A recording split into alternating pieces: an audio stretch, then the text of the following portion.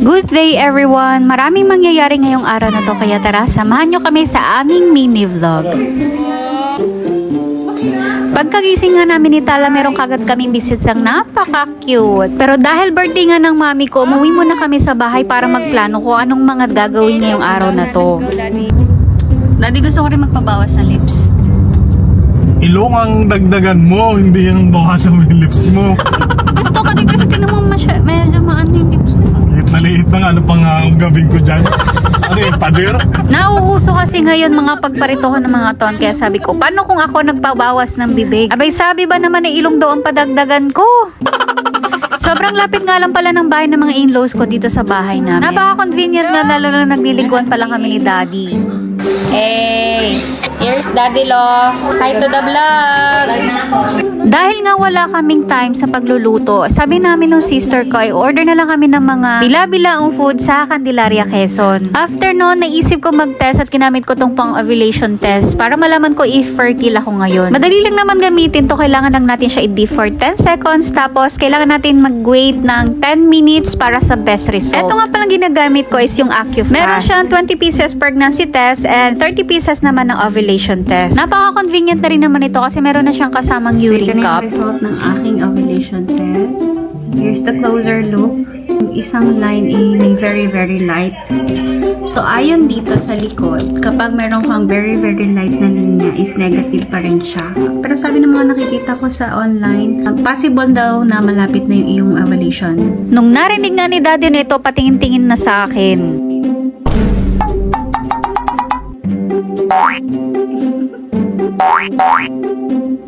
Oh no!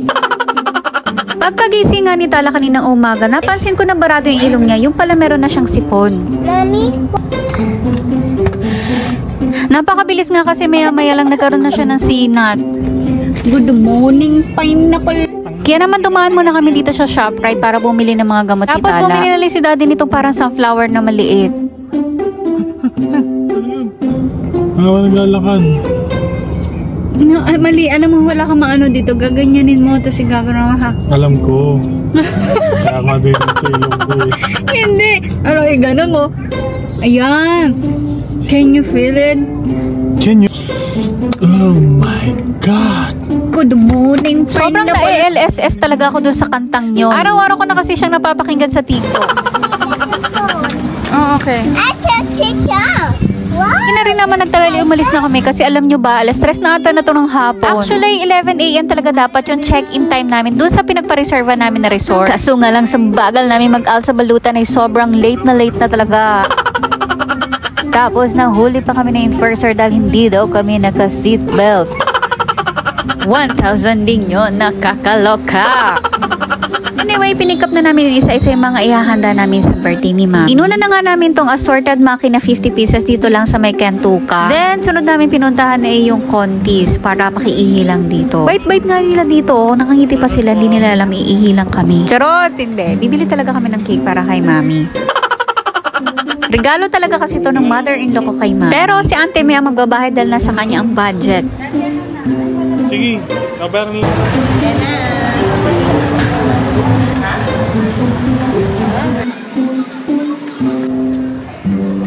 Nakakaya, nakapantulog pa rin pala ako. Tinamad na talaga ako magbihis. Ilang minuto na rin naman ay nakarating na kami dito sa The A House by Queen's Luxury. Napaka-aesthetic at napakaganda. Anyway, dito sa pinakang gilid, makikita natin yung parang mini kitchen area niya. Paano kayo magluto dito pang may bagyo pa? Di siguro ipasok, no? Anyway, nandito yung water cannon, may lababo, may mga pan, may kalan, may gasol. At syempre, nandito na rin yung ihawan. By this time, alam nyo ba, nilalagnat na talaga si Tala at hindi ko alam kung papayagan ko pa siyang mag-swimming. Kasi sobrang sama na ng pakiramdam niya pero sabi niya mag-swim pa rin daw siya. Itong si Lucas excited na mag-swim. Wala ko walang refer, pagbukas namin nandito pala, nakatago. So, eto yung kitchen area. May dining table at the same time living room na din. Meron din silang kasamang karaoke. At eto naman yung pinakang room dito sa baba. Meron siyang dalawang bunk bed na may dalawa ding pull-up sa ilalim. So, definitely kasya dito ang 10 to 12 packs. So, eto nga pala si ate yung caretaker nila. Muntik na kasing hindi gumana yung aircon. Tina lang na find out ko na battery lang talaga yung problema. Meron din dito mahabang upuan at eto naman yung pinakang CR niya. Napaka-aesthetic at meron na rin nga pala silang heater. Eh, napansin ko pa dito sa bahay na to, maraming salamin.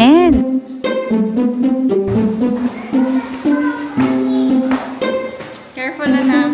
Tingnan naman yung itong kwarto dito sa second floor. Meron na siyang glass door at glass wall na rin siya. Alam nyo ba, pwede itong i-maximize up to 25 packs for 12,000 pesos. Sulit na rin. Parang pumapatok na lang ng 480 per pack. Ito nga pala sa second floor, meron na rin siyang CR. So, tapos ko na kayo i-tour, guys. It's time naman para mag-prepare na kami. Para naman pagdating ng birthday gear, ay kakain na kami kagad. Medyo busog na rin kasi ang lahat. Birthday nga ni Mami, pero ang busy-busy niya. Ito na, okay. Taas tayo. Diyan ang mga... Sa pala kaming ginawang hack dito. Gamit nga pala itong in-order namin na assorted maki sa Kentuka. Ay, gumawa kami ng sushi cake. O, diba? Tapos ito na may niluto na crab ni Mami na galing sa Narciso. Ay, sobrang sarap niyan. Punong-puno ng garlic. Mamaya nila ay dumating na itong in-order ng sister ko na Boodle Fight Buffet for 15 to 20 packs. So, this is from Tita Joy's Kitchen. If interested kayo, ito nga pala yung contact number nila at dito lang to sa Candelaria. Anyway, nagulat ako dyan kasi si Tala nasa pool na. Buti na lang talaga hindi masyadong malamig yung pool dito. Si Ate Gabi binabantay namin ngayon. Si Ate Gabi na nagbabantay sa mga anak namin. At syempre, hindi papaawat si Baby Lou. Ang daddy Lou na may happy lang dito sa kwarto kasi meron din silang free wifi. Careful. Anyway, dumating na nga pala sila Auntie May ulit kasi umalis sila dahil nag-order pa sila ng pizza, ng pasta at mga iba pang kailangan dito. Oo, unti-unti na namin naayos ang lahat at nandito na rin pala ang mga Jamson family kasama si Tita Ebyang. Naku, nakakahiya, wala pa ang Mami. Anyway, ito yung biryani, ang sarap niya. Na rin ni Auntie May si Mami nitong favorite na salad ni Mami sa Kawa Restaurant. Maya lang binuksan na namin kasi gutom na talaga kami lahat. Wala pa ang Mami. Anyways, Mami, ganito nga pala yung itsura ng Boodle Fight. Baka kasi hindi mo na siya maabot ang ganyan eh. So, nung okay na ang lahat, blines na muna ni Pastor Arlene yung food. Lord Jesus, maraming salamat po sa gabi nito na pinatalo mo sa aming Panginoon. Siyempre, bago lumapang picture muna. Gusto ko na talaga sanang kumain kaso wala tayong cameraman. Kailangan ko mag-video. Kaya kapag na pa daw niya naririnig sa akin yung Indian, good morning, fine na po. Kami pang kumuha dun sa biryani kaya ito na muna yung una kong kinain. Ang sarap ng truffle, shady. So, as you can see, everyone is happy. Ang sarap talaga ng ganitong salo-salo. Lalo na kapag malaki ang pamilya, nakakatuwa. Eto talaga si Ante Eka. Kagandang babae, kalog na kalog. Buwelo na sana ako sa pagkain kaso dumating na ang Mami. Hi, nandito na ang birthday girl! Nagmisa pala sila sa Peña Francia at nakapagkwentuhan pa daw sila kay La Father. At kumain na daw sila doon kaya naman daw sila ay na late. Happy birthday, Mami. Anyways, tuloy tayo sa kainan at wala nang makakapigil.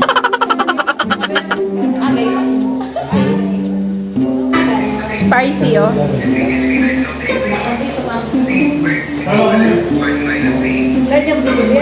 Oh no! The best talaga ang sushi maki ng Kentuka, as in. Mga nakailang na rin kaming order sa kanila sa tuwing nagkakaroon kami ng mga events. Good morning, pineapple. Vlog. Welcome to the vlog. Ang sarap. One bite pa lang. Ang sarap ng kebab. Super sarap talaga nitong biryani tapos may kebab. Naisip ko nga dito patay. Ang layo lang dadayuhin namin para lang matikman ulit to. If interested din nga pala kayo na matikman to, dito lang din namin to in-order sa Jojing's Cuisine sa Candelaria. Nakakaulit. Kung hindi lang talaga mahina ang lapay ko, pwede na talaga ako sa mukbang. Etong cheesy tahong na to ay kasama dun sa Boodle Fight. Meron lang kami naging problema dun sa Boodle Fight kasi medyo hindi naluto ng maayos yung fish and yung kanyang malaking pusit. Eto na naman si Ante Eka. Cute, cute. Thank you. Oh. Hi, welcome to the vlog. Gareth. Untik na namin hindi makantahan si Mami. Buti na lang talaga inaalala ni Auntie May.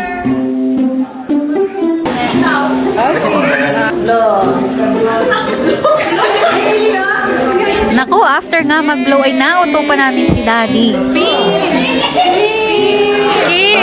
Dami yan naman.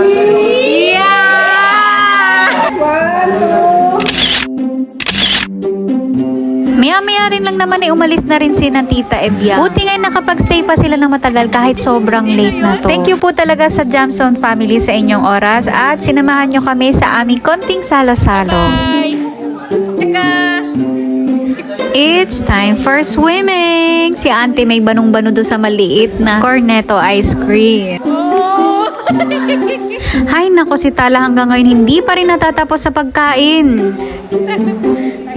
Thank you nga pala kay Tita Vita sa pag-sponsor ng aming 2 May wine. Maya-maya nga nagkakagulo sa loob. Meron palang pa-birthday si Uncle at saka si Ante Eka. Happy birthday to me. For model, ay, ako. Naalog. Baliktad pala. Kay Mami ba yan? Pa kay Daddy at Kay Daddy lang. Diba? Hindi naman date. Hindi naman date na eh. Ay, wala eh. Talaga naman ay may pahabol pa na regalo si Uncle at si Auntie. Bago lumalim ang gabi ito at in-enjoy na muna namin yung pool. Kaso nga lang sa oras na to ay si Talay hindi na pwedeng maligo. Kasi mamaya baka mas lalo pang sumama yung pakiramdam niya. Pero sa tingin ko ngayon nakatuloy yung temperature ng pool kasi nawala yung lagnat niya.